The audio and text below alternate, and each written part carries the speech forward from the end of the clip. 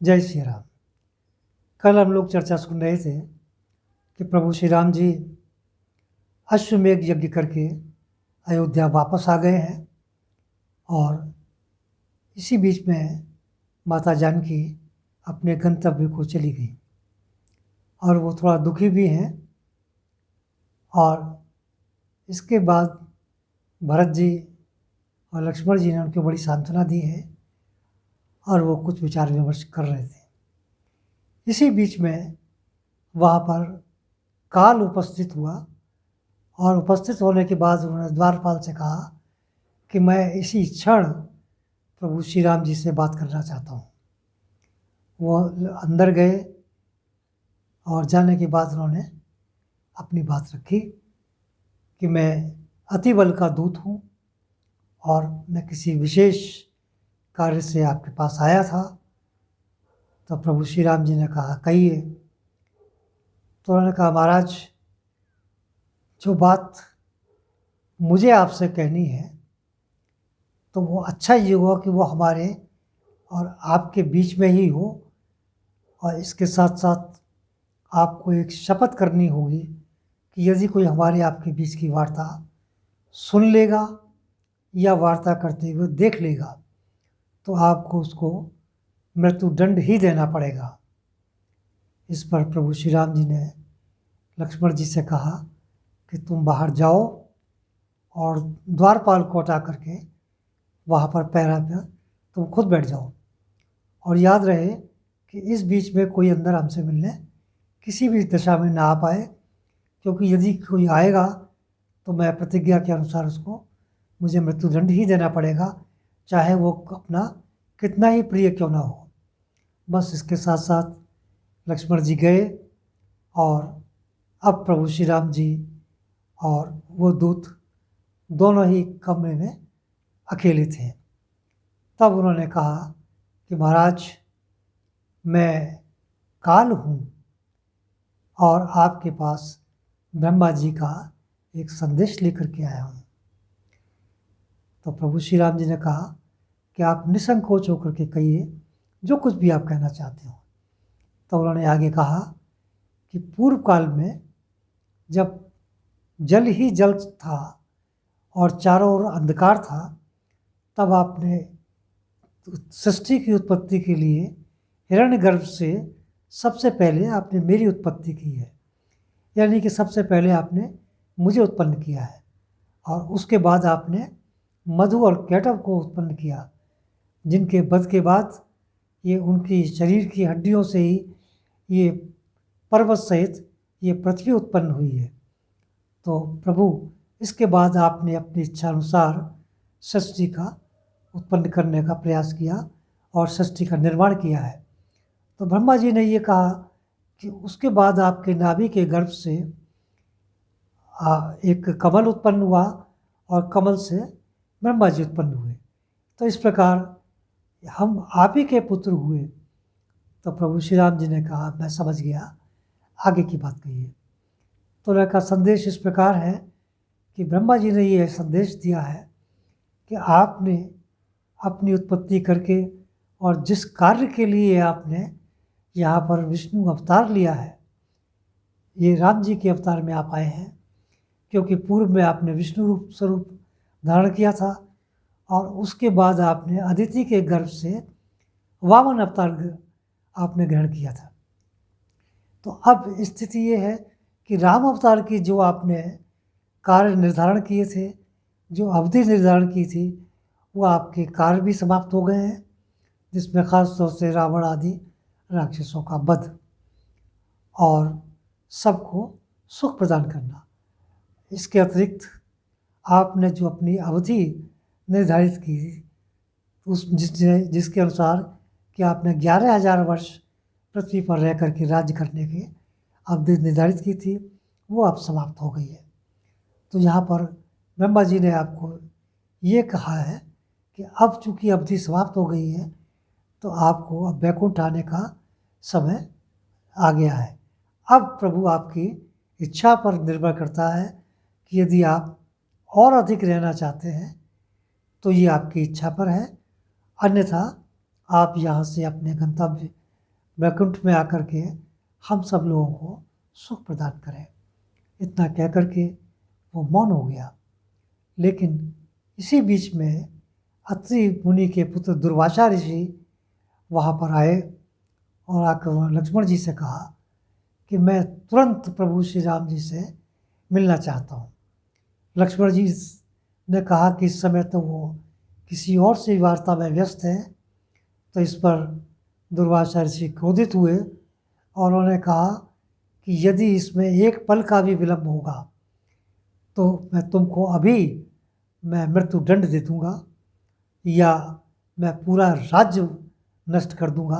और उनके तो क्रोध की सीमा वैसे भी नहीं रहती। इस पर लक्ष्मण जी ने एक ही विचार किया कि समस्त सृष्टि के विनाश से अच्छा है कि मैं ही इनका दंड स्वीकार कर लूँ। तो ये समझ करके वो जानबूझ करके अंदर चले गए। बस उनका अंदर प्रवेश करना था। काल ने उनकी ओर देखा और प्रभु श्री राम जी ने भी उनकी ओर देखा और कहा कि लक्ष्मण कहो कैसे आना हुआ। तो इसी बीच में काल वहाँ से चल दिए। तब लक्ष्मण जी ने कहा कि महाराज द्वार पे मुनिवर आए हुए हैं दुर्वासा जी और वो आपसे तुरंत भेंट करना चाहते हैं। तो उन्होंने कहा ठीक है बुलाओ। दुर्वासा ऋषि अंदर पहुँचे। उन्होंने कहा कि प्रभु मैंने 1000 वर्ष की तपस्या व्रत रख करके पूर्ण कर ली है और मैं आपके पास इस आशय से आया हूँ कि मैं आपके यहाँ का भोजन ग्रहण कर सकूँ। इसलिए जो भी उपलब्ध हो कृपया मुझे भोजन करा करके तृप्त करिए। इसके बाद प्रभु श्री राम जी ने अपने हाथों से उनको भोजन कराया और वहाँ से वो विदा हो गए। इसके बाद अब लक्ष्मण जी अंदर आए और उन्होंने प्रभु श्री राम जी की ओर निहार कर कहा कि प्रभु मैं इस दंड को स्वीकार करता हूँ और जो मेरा मृत्यु दंड निर्धारित हुआ है मैं उसको लेने के लिए स्वीकार करने के लिए तैयार हूँ। आप मुझे मृत्यु दंड दे दीजिए। बस इस पर प्रभु श्री राम जी की आंखों में आंसू थे लेकिन वो भी मजबूर थे। इस पर उन्होंने अपनी पूरी मंत्रियों को बुलाया और बहुत सारे लोगों गुरुजनों को बुलाया, मुनियों को बुलाया, ऋषियों को बुलाया। अब सब पूरी वार्ता करने के बाद ये विचार किया कि अब क्या उचित है। तो इस पर विश्वामित्र जी ने कहा कि प्रभु मृत्युदंड और त्याग ये एक ही बात के बराबर है। इसलिए आप उचित होगा कि आप इसी क्षण लक्ष्मण जी का त्याग कर दें। बस प्रभु श्री राम जी ने लक्ष्मण जी का त्याग करने के लिए घोषणा कर दी।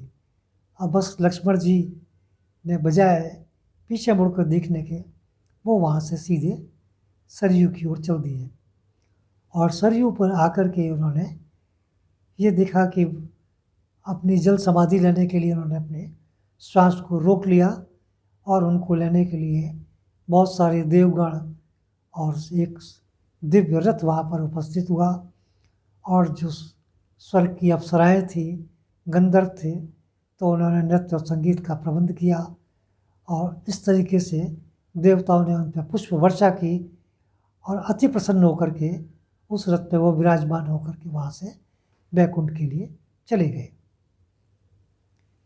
उनके बैकुंठ जाने के बाद प्रभु श्री राम जी बहुत निराश थे और उन्होंने भरत जी से कहा कि मैं भी लक्ष्मण का ही अनुसरण करना चाहता हूँ।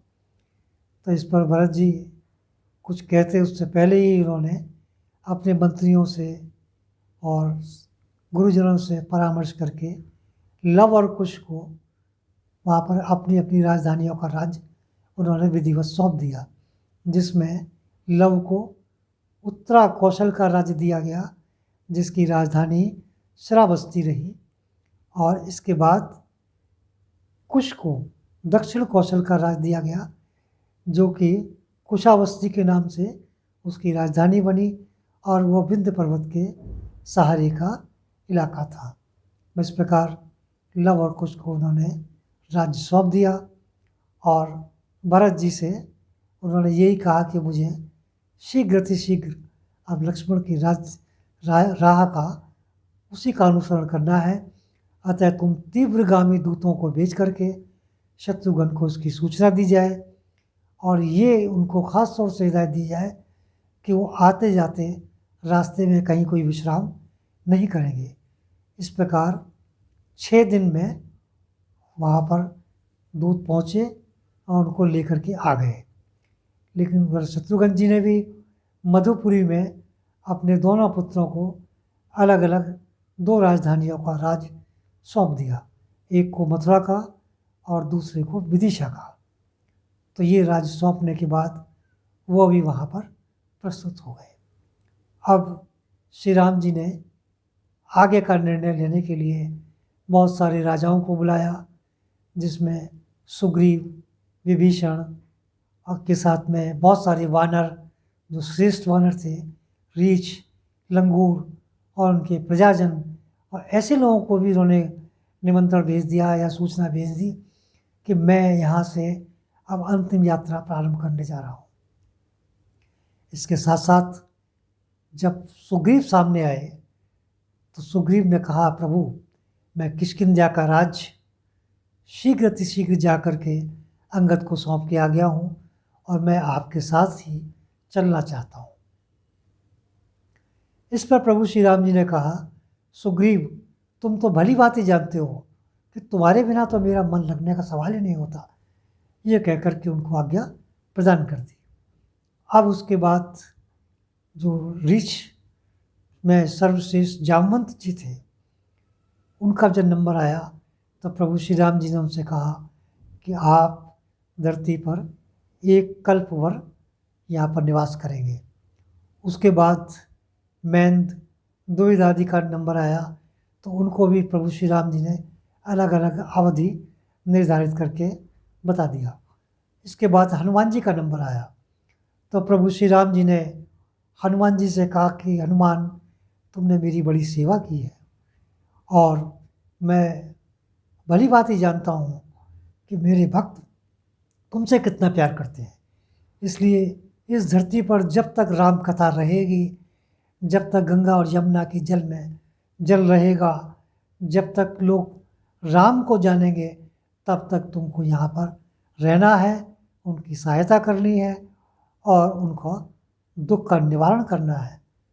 तो इस पर हनुमान जी ने प्रभु श्री राम जी की आज्ञा को शिरोधार कर लिया और उन्होंने ये तय कर लिया कि अब उनको अब धरती पर ही रहना है।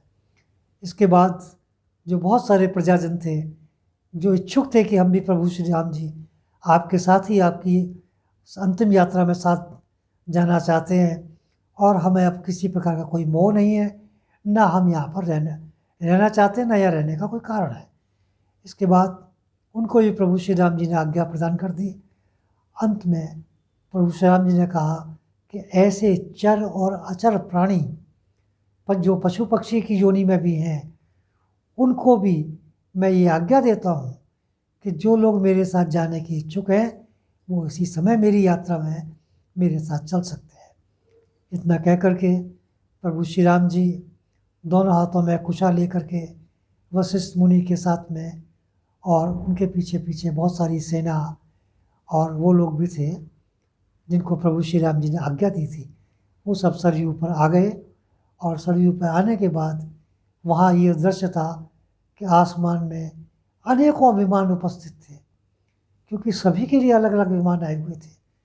और गंधर्व ने वहाँ पर बहुत ही अच्छा नृत्य किया और अप्सराओं ने नृत्य किया और उसमें बहुत सा गान हुआ, म्यूज़िक बजाया गया, प्रभु श्री राम जी की बड़ी स्तुति वंदना की गई, देवता सारे उपस्थित थे, उन्होंने पुष्प वर्षा की और सब हर्षित थे।